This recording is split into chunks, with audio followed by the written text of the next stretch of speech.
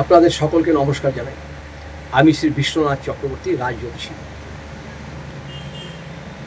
নিচে আমার নাম্বার দেওয়া হলো, যদি আপনাদের প্রয়োজন পড়ে আপনারা আমার সাথে যোগাযোগ করতে পারবেন।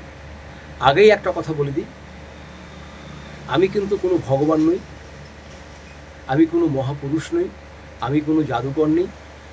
আমি আপনাদেরই মতন সাধারণ মানুষ।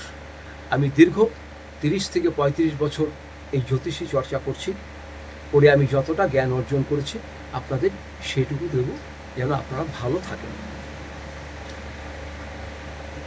প্রথমত দেখা যায়, ছেলে বা মেয়েরা বিয়ে হয়েছে, সব কিছু হয়েছে, কিন্তু অশান্তি যেন তাদের কাটছেই না।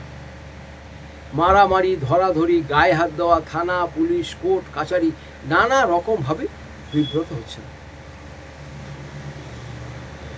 আপনাদের একটা কথা বলবো, ছেলেদের ক্ষেত্রেও বলবো, মেয়েদের ক্ষেত্রেও বলবো, আপনারা বিবাহ দেওয়ার সময় অন্তত সপ্তম স্থানটাকে বিচার করবেন।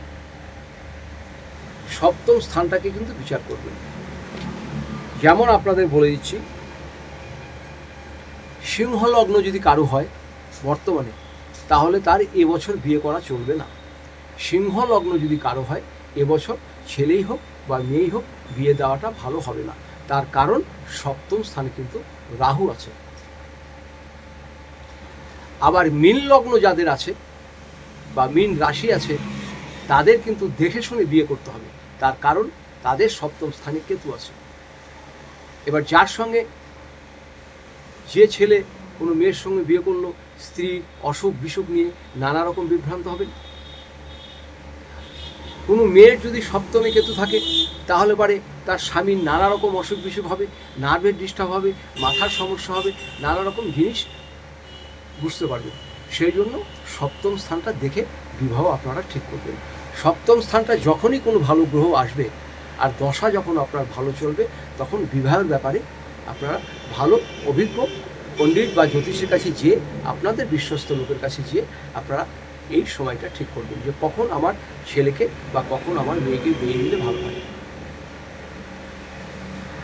মেয়ের বিয়ে হচ্ছে না, একে ওকে বলার আপনার দরকার নেই।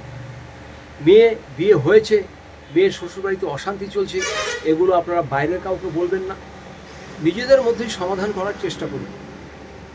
আগে দেখুন কার কি দশা চলছে, দশার উপরে নির্ভর করবে মানুষের কিন্তু ভাগ্য। আর এই ভাগ্য নিয়ন্ত্রণ করছে কিন্তু আমাদের একমাত্র ঈশ্বর। বিজ্ঞান এখন আমাদের যতই বড় হোক, যতই এগিয়ে যাক, ঈশ্বরের ক্ষমতা কিন্তু এখনো আছে আর সারা জীবনও থাকবে।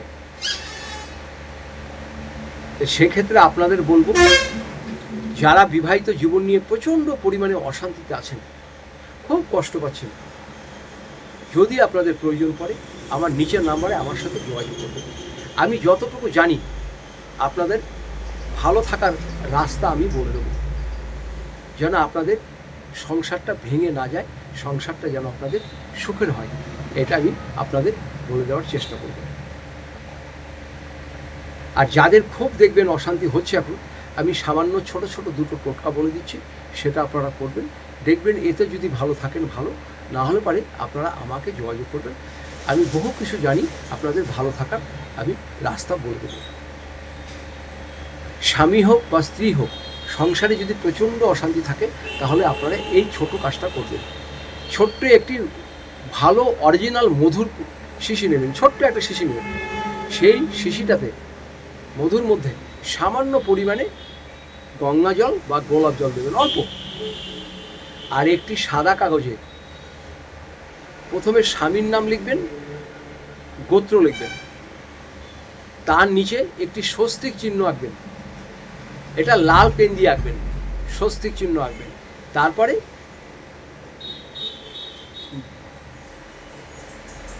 বইয়ের নাম লিখবেন, মানে মেয়ের নাম লিখবেন, নাম আর গোত্র।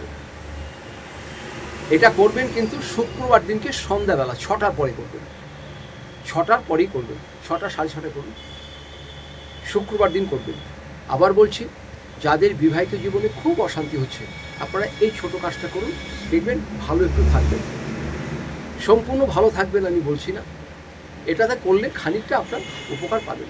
তারপরে যদি আরও কিছু জানতে হয় আপনার আমার সাথে যোগাযোগ করবেন আমার নিচের নাম্বারে। ডেট অফ বার্থ পাঠালে আমি এখানে পুষ্টি করে মিলিয়ে দেখে নেব কখন কোন গ্রহের সঙ্গে কী অসুবিধার জন্য এইসব সমস্যাগুলো আপনাদের হচ্ছে।